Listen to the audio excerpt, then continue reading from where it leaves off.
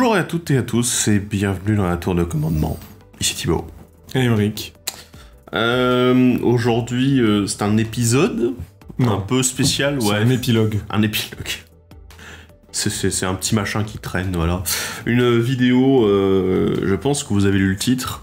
C'est la fatigue, c'est la faim, c'est le désespoir. Pas tout de suite, pas aller désespoir, mais... Alors, aujourd'hui c'est un épisode un petit peu spécial puisqu'on va... une vidéo un peu spéciale puisqu'on va parler très vite fait de Modern Horizon 3, les decks.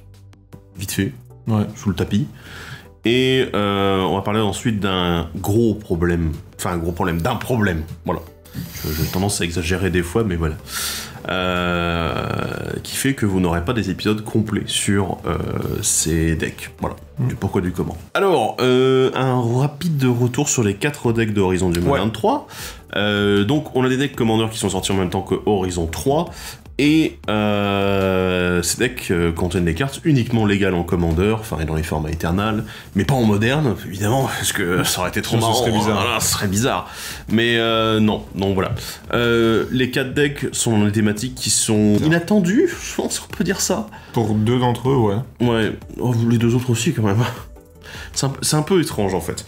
On va vous résumer ça assez rapidement en parlant de chacun des decks. Donc le premier deck c'est Terrain Traître, un deck bleu-vert, donc Simic, qui aime... Ramper. C'est Simic rampe, mais en fait il a un twist à la con puisqu'il aime bien avoir tous les types de terrains non base. Voilà. Donc les déserts, les sites, les portes... Les cavernes. Les cavernes qui ont été nouvellement mis, les terrains d'Urza. Ouais. Voilà. Et en gros, on a tout ça qui est mélangé dans ce deck avec le commandant qui permet d'accéder à tous ces surtypes. Qui donne à tous les voilà. types. Mais également qui peut être joué avec les types de créatures puisqu'elle fait les deux. Donc c'est ça. Un peu une sorte de nouveau commandant changelin un peu étrange. C'est ça. Mais le deck sorti de la boîte, il est vraiment axé sur les terrains. Les terrains, ouais. Et ce qui est très bizarre, c'est que il en fait pas grand chose. Voilà. Ouais. On va pas analyser les cartes une par une, comme on a dit, ça va être short. En gros, voilà, le deck ne fait pas grand chose. Pour l'avoir vu tourner, sorti de la boîte, c'est un deck où vous allez avoir une chier de mana, et puis ensuite, on verra. Et tout est très dépendant au niveau des sous-types de terrain du commandant. Puisque c'est le commandant qui donne la capacité en fait pour que vos terrains aient des types en plus et tout, les marqueurs tout qu'il met sur vos créatures et vos terrains ne sont fonctionnels que quand votre commandant est là. Ce qui est, vous l'avouerez, assez gênant, hein, voilà. Parce qu'il suffit que votre commandant soit plus disponible pour que vous ayez un gros problème pour faire fonctionner votre deck. Enfin, du moins sur la partie j'ai mis des marqueurs, lol. Voilà. Donc voilà, on avait fait la vidéo complète de celui-ci, on l'a enregistré. Et je pense que j'ai passé la vidéo à tirer la gueule du début à la fin, tellement j'étais pas motivé par le deck. Voilà. Donc bon. Mais je sais qu'il y a des gens qui apprécient, etc. Donc, si vous l'avez et que vous appréciez, amusez-vous. Moi, ce que je vois, c'est surtout que le commandant peut se jouer avec les changelins un petit peu en mode marrant. Le second deck, c'est celui avec le cimetière, j'ai oublié son nom. C'est un deck Jund. Cimetière surpeuplé. Cimetière surchargé, je sais pas. Voilà. Un deck Jund, donc noir, rouge, vert, avec Disa en commandant, la tourmentée, et qui est un deck Goyf. Basé sur les Lurgoyf, ouais. Voilà, sur les Lurgoyf. Ce qui est encore une fois très particulier. Ouais, mais en fait, elle faisait des synergies avec les Lurgoyf si tu les mettais depuis le cimetière autre part que dans le cimetière depuis autre part que le champ de bataille, ils revenaient en jeu. Ouais. Et surtout le truc c'était que si t'avais une bête qui touchait un joueur, tu faisais un Lurgoyf. Ouais, donc t'as un petit côté... Un Tarmogoyf, pardon. Ouais. Tu faisais un Tarmo. C'est assez marrant. Après, c'est du coup, encore une fois, très dépendant du commandant. Ouais, voilà. Le reste du pack est plutôt sympathique, mais... ça va être du Jund réanimation, boui cimetière et tout, mais axé avec beaucoup de Lurgoyf. Il y avait 2-3 trucs assez sympas quand même dans les Lurgoyf, mine de rien. T'en as un qui a la myriade, t'en as un qui est aussi bon avec les cimetières, enfin... Des trucs assez sympas, vraiment bien. Pour le multi, surtout. Ouais, c'est vrai que les Goyf étaient très intéressants en 1v1 à l'époque. Ouais. Et en fait, j'ai vu c'est Edgar qui l'a, je l'ai vu jouer 2-3 fois sorti de la boîte, et à chaque fois... Ça tourne, hein. Ouais, mais c'est poussif, en fait. Ouais. C'est poussif pour aller jusqu'au bout du truc. Ça prend du temps, mais moi, je l'ai vu tourner 2-3 fois aussi, joué par Edgar, et j'avais vraiment l'impression que... Au début, t'as l'impression qu'il fait pas grand-chose, et puis il y a un moment où il passe un peu un cap, et si tu le laisses trop faire, c'est fini. Tu vois, il commence à remplir le board et tout, faut l'arrêter. Ouais. En tout cas, ouais, la thématique, on n'a pas vu venir le bordel, mais... c'est aggro, réanimateur goif. Ouais, voilà. Le deck suivant, c'est le deck créativité indomptable. Ouais, énergie. Jusqu'à blanc, bleu, rouge. Qu'on a eu donc déjà cette année, on en a déjà eu un. Avec celui de Fallout. Mais là, le twist était un peu différent. On est moins dans le petit artefact. On est vraiment aggro. Génération d'énergie aggro. Génération d'énergie, on a des créatures qui ont des très bons effets à l'arrivée en jeu, puisque du coup, notre commandant permettait, pour 2 énergies, tu fais une copie d'une créature quand il attaque. Et du coup, ça permet des bruits assez cool, mais pareil, un poussif, et puis à un moment, t'es là, t'as 26 énergies, tu sais pas quoi en faire. Alors, je l'ai vu du coup, alors moi, je l'ai fusionné avec le deck Fallout en faisant... Alors, fusionné, c'est vite dit, hein. J'ai sélectionné attentivement quelles cartes fonctionnaient vraiment de l'extension et du deck pour mettre dans le deck de Fallout. Ça tombe bien parce qu'il y avait 2-3 bricoleurs tirés quand même. Et ensuite, j'ai vu également le deck modifié, avec quelques améliorations, mais pas grand chose. Alors, bizarrement, pas de Fallout, mais en fait, des cartes de Kaladesh. Oui. Et en fait, la personne s'était amusée à le monter comme ça, et je l'ai vu tourner, et c'était un truc de dingue, quoi. Il y a un moment, il a failli partir en combo infini. Combat infini. Pop, allez, on est parti. Mais juste parce qu'il générait tellement d'énergie qu'en fait, il pouvait dire, bah tiens, je fais un combat sup, un combat sup, un combat sup. On l'a arrêté juste avant, quoi. Donc c'était très très intéressant quand je pense avec quelques améliorations, en effet, il fonctionne très bien. Puis le deck de base est intéressant, c'est une autre façon de jouer avec l'énergie et ça a fait un apport pour la stratégie en commandeur. Qui est aussi une des stratégies de l'édition, donc en fait c'est assez facile à récupérer pas mal de cartes. Puis il y a pas mal de communes dans l'extension et Co qui sont très intéressantes. Et il y a la carte Révolte éthérique qui est trop bien. N'hésitez pas à récupérer cette carte si vous pouvez. Et enfin, on va terminer avec le deck de l'aberration absolue. C'est le deck Eldrazi, alors je sais plus comment il s'appelle.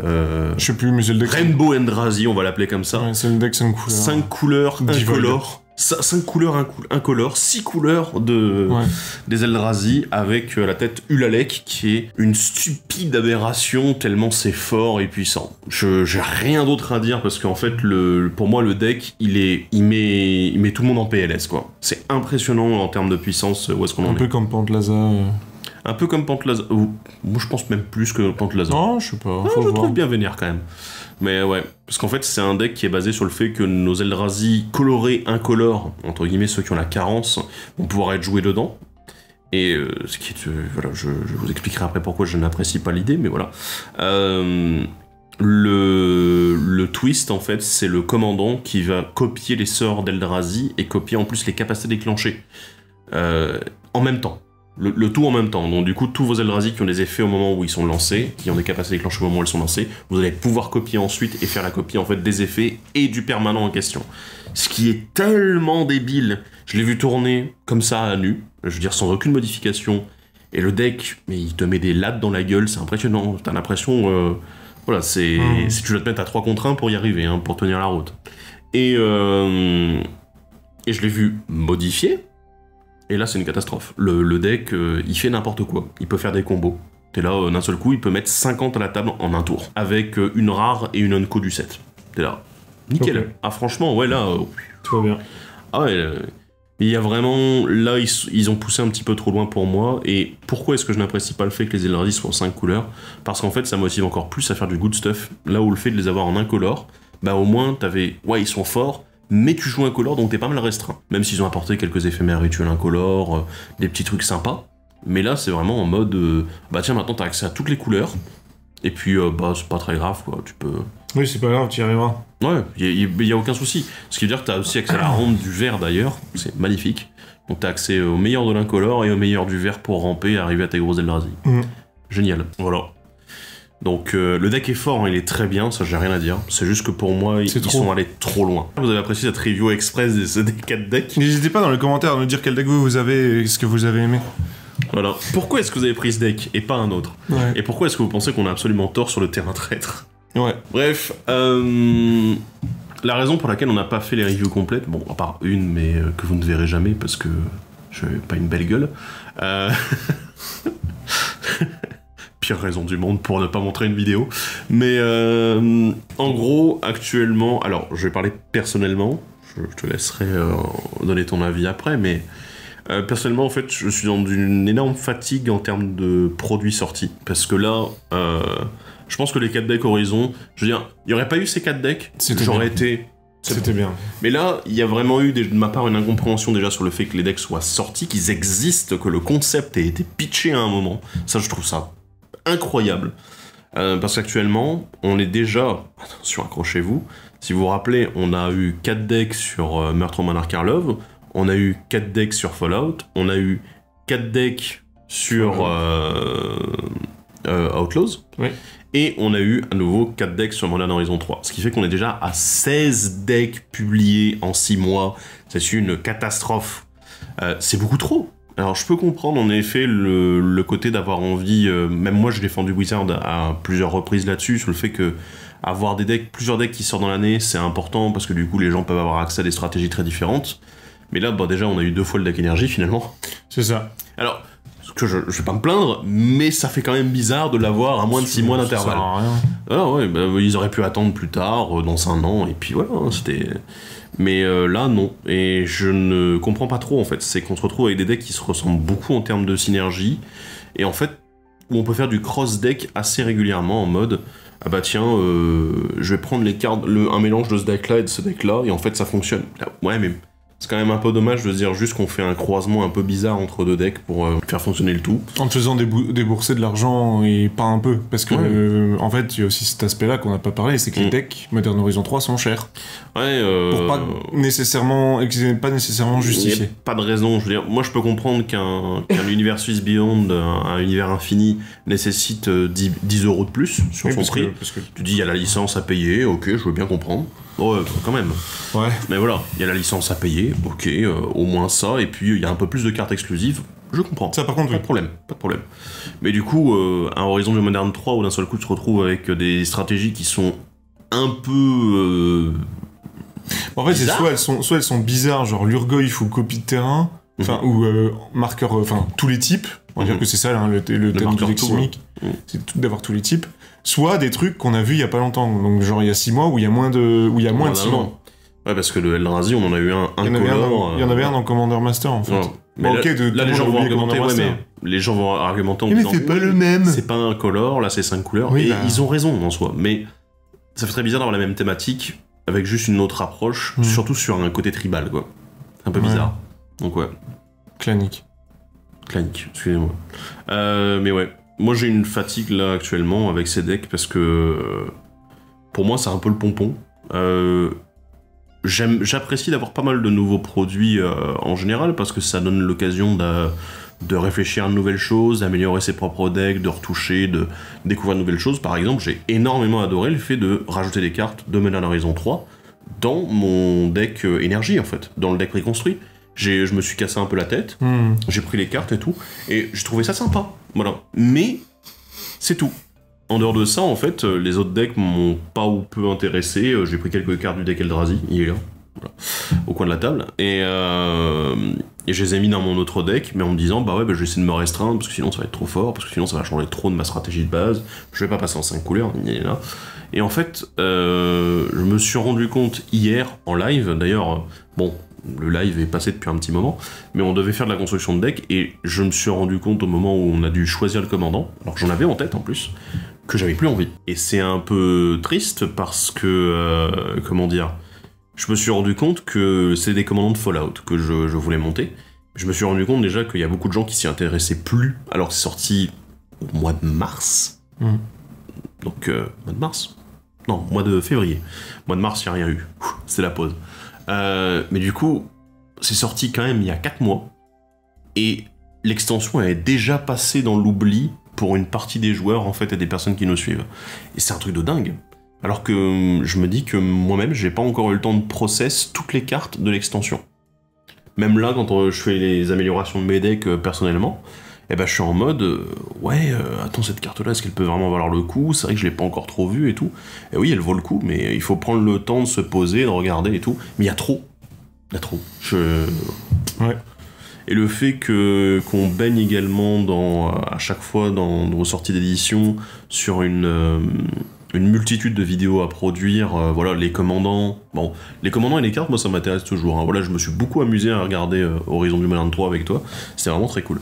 Mais on s'amuse bien là-dessus, mais c'est vrai que les decks derrière, bah, en fait ça enchaîne tellement.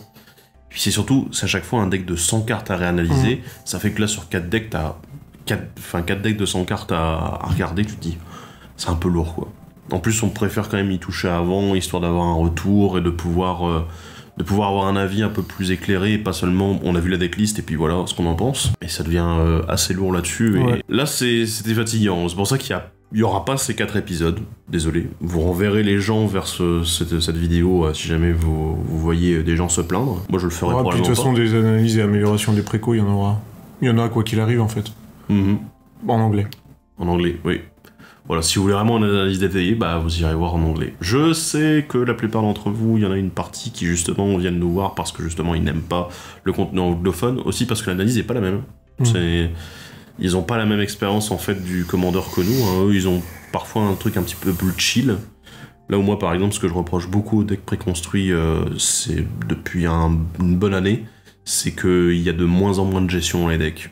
Mais justement que les decks sont de plus en plus commandant-centriques, donc j'ai l'impression qu'il y a un lien. Et de plus en plus fort. Ouais, en fait le commandant devient super fort, le deck est très stable, et du coup on t'empêche de réagir en fait à ce que l'adversaire peut faire. C'est très bizarre. Ouais. Je trouve ça presque malhonnête d'une certaine façon. Se dire, une fois que quelqu'un a lancé sa machine, bah en fait le truc c'est que ça... Dans un univers où t'as que des méta de préco, c'est les précos qui... Enfin c'est la boîte qui produit le jeu qui bizarrement a une influence sur comment le jeu doit se passer. Ouais. Mais c'est pour ça que la plupart ont des decks homebrew ou alors très très modifiés. Ouais. Ils ont pris le commandant et ils ont dit oh, bah, le reste je le fous dans la boîte et j'y touche plus. Mais ouais, donc du coup, moi mes arguments je les ai un petit peu mis en avant. Hein. Ça a été la fatigue, mais ça a surtout été. Moi c'est pareil, un commandant carte, j'aime toujours, les éditions j'aime toujours. Là on a Assassin's Creed qui arrive. Ça va être un mini-set, donc du coup ça va être un petit peu rigolo à regarder. Mais là, je t'avoue que les decks, ça fait déjà depuis au moins Karloff, hein, je pense. Où les decks sont cool, mais Alors, et puis c'est aussi, comme t'as dit, il y en a déjà eu 16. Donc en fait, à chaque fois, on les regarde. Et je sais putain, mais j'ai déjà vu ça quelque part. Bah ouais, parce qu'en fait, c'est des patterns de construction qui sont tout le temps les mêmes. Et t'as genre une vingtaine de cartes qui changent pour coller un thème qui va être fixé par tes couleurs et par la thématique de ton commandant. Et donc du coup, ça veut dire qu'ils ont un schéma de construction de deck. Et le schéma de construction de deck, quand t'analyses les précos depuis autant de temps qu'on le fait, il évolue. Il évolue dans le bon sens, sauf cette note de moins de gestion. Mais en termes de qualité de réimpression, il évolue et ça c'est cool. Mais en fait, j'ai l'impression. C'est ça, en fait, vu qu'ils ont trouvé leur formule, moi j'ai l'impression que ça va faire 16 decks que je vois tout le temps les mêmes trucs passer. À quelques trucs près. Est-ce que c'est pas bon ? Bah en fait, c'est bien. Bien, ça veut dire que c'est bien. Parce qu'il y a eu une période en fait où on jouait quand même déjà pas mal, mais où les decks avaient des fois des hausses et des baisses en termes de niveau de puissance. Et ça se voyait. La différence Commander 2017, Commander 2018. Enfin, d'un côté, les tribaux, les claniques, qui ont explosé carrément c'est la capacité, parce qu'il y avait la force de la capacité de dominance aussi. Voilà, et puis les decks étaient juste extrêmement forts, quoi. Le contenu était débile. Et après, celle d'après avec les... Celle d'après qui était avec les Planeswalkers, où d'un seul coup ça a été attendez, on se calme. Les commandants avaient des potentiels intéressants, hein. Je veux dire, quasiment tous sont joués aujourd'hui. Non, ils sont tous joués aujourd'hui. Les 4. 5 Aminatou, Estrid, Saeli et Vent des Vertus. Voilà. Mais les commandants sont joués, mais le truc c'est que les decks étaient tellement pauvres à côté. Après, ça a touché le fond avec Commander 2019. Mais aujourd'hui, ils ont une formule qui fonctionne. Et après, mais le problème c'est que là ça commence à se voir qu'ils sont en train de tirer sur le truc quoi. Ouais, mais de notre côté en fait c'est un peu lassant de se dire qu'à chaque fois on voit le même modèle, mais en même temps c'est rassurant de se dire qu'ils ont trouvé un modèle qui fonctionne, qui produit des bons decks, des decks relativement puissants avec des bonnes rééditions dedans. Mais c'est juste que pour nous, à part dire ouais mais en fait ça c'est bien, analyser les nouvelles cartes pour dire alors oui dans telle stratégie ça peut être utilisé etc. Ou alors on s'occuperait de faire que ça, on s'occupera de faire que de voir qu'est-ce qui a été créé de nouveau. On parle pas de réédition. Pas de parler du deck au global, ce qui est un peu con parce que du coup, pour avoir... On peut faire l'analyse du deck global sans rentrer dans le détail des cartes. Ouais. Voilà. Mais tout ça, pour dire que moi le problème c'est qu'il y a le même pattern de construction, donc j'ai l'impression de voir tout le temps la même chose. Et là, Modern Horizon 3, alors déjà au-delà de l'aberration que pourquoi est-ce que bordel de cul, bande de cons, vous sortez encore des decks là-dessus alors qu'en fait tout le monde s'en branle, il y avait déjà suffisamment à faire. Et en plus, vous foutez ça à un prix qui est ridiculement haut, donc stop quoi. Et en plus, vous en produisez pas assez pour que tout le monde puisse en avoir. Oui. Excusez-moi, là, c'est le vendeur qui parle. Non, mais c'est vrai, c'est vrai. Il y a une rupture, quoi. C'est vrai. Et donc, voilà, là, moi, c'était de la fatigue juste sur ce produit-là. Mais qui, en fait, est symptomatique d'un truc qui est venu depuis un petit peu avant, mais je continue quand même à le faire. Donc, voilà. Bah, c'est vrai que moi, quand j'ai réfléchi, je suis assez comme toi. Ne serait-ce que, bah, déjà, Karlov, c'est la première fois où je ne prends pas tous les decks. Et depuis, je n'ai pas pris tous les decks, à part Fallout. Même Modern Horizon 3, j'ai pas pris tous les decks, juste reçu ceux que Wizard a envoyé, puis c'est tout. Pour moi, le bilan, il est là, c'est qu'à un moment, bah, il y a une fatigue qui s'installe, et juste que Pas une fatigue, une lassitude. Ouais, une lassitude.